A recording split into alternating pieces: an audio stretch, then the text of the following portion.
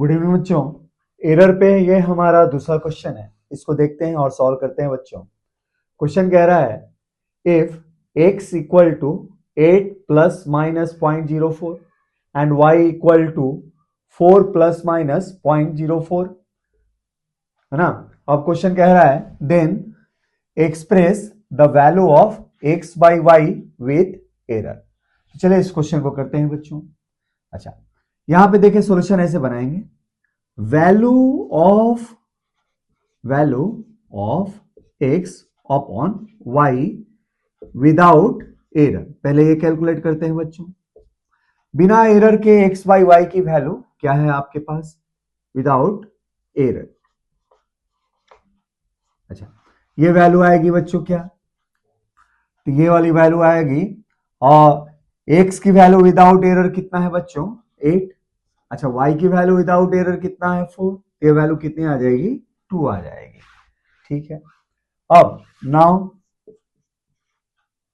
अगर हम मान लें लेट z एक फिजिकल क्वांटिटी है जो x बाई वाई के रेशियो से बनी है, x और y के रेशियो से बनी हुई है, तो ऐसी स्थिति में हम क्या लिख सकते हैं, तो कोई भी फिजिकल क्वांटिटी, दो फिजिकल क्वांटिटी के अगर डिवीजन से बना हो तो इनके डायरेक्ट एरर में रिलेशन नहीं होता, इनके फ्रैक्शनल एरर में रिलेशन होता है। ये मैं पढ़ा चुका हूं आपको।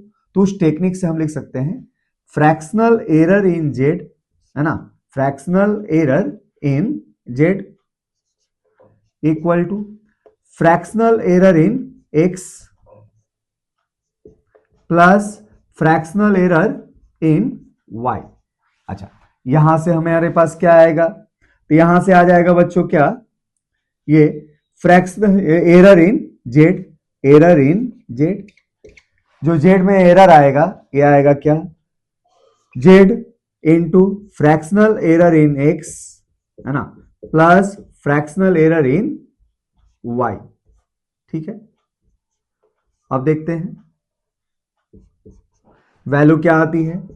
तो जो जेड है आपके पास वो क्या है, एक्स बाई वाई है, और एक्स अपॉन वाई की वैल्यू कितनी है, 2 है। तो विदाउट एरर जेड की वैल्यू यहां पे कितनी है, 2 है, हम रख देंगे यहां पे। अच्छा, फ्रैक्शनल एरर इन एक्स क्या है, तो एक्स में जो एरर है वो कितना है, 0.04, और बिना एरर के एक्स की वैल्यू कितनी है, 8। हमारे पास क्या है, डेल्टा एक्स की वैल्यू यहाँ पे 0.04 है और एक्स की वैल्यू यहाँ पे क्या है, 8 है, तो लिख सकते हैं क्या, 0.04 अपॉन 8।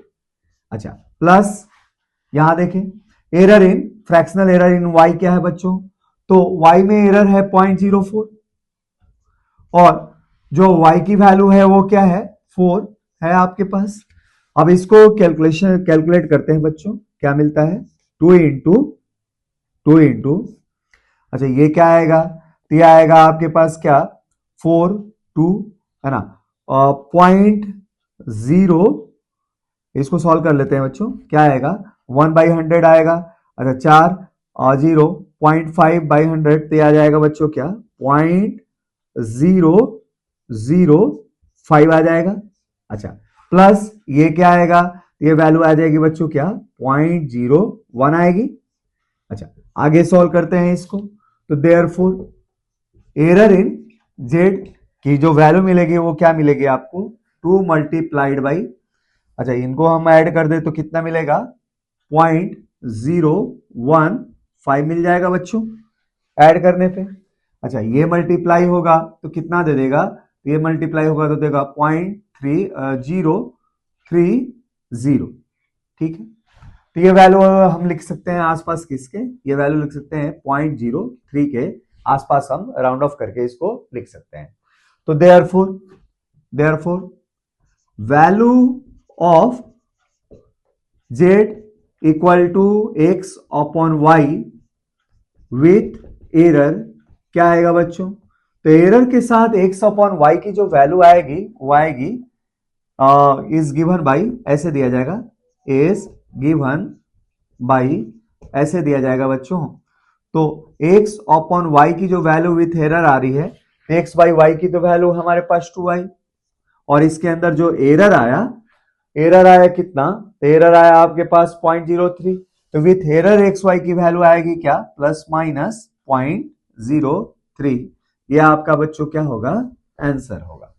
तो आंसर को थोड़ा सा आप सिस्टमेटिक समझिएगा जैसे जैसे मैंने बताया है, और ऐसे पैटर्न के क्वेश्चन आप खुद से भी कीजिएगा। हालांकि और सारे क्वेश्चन मैं आपको सॉल्व करके दिखाऊंगा, बहुत सारे क्वेश्चन। तो चलिए अगले क्वेश्चन को हम करते हैं।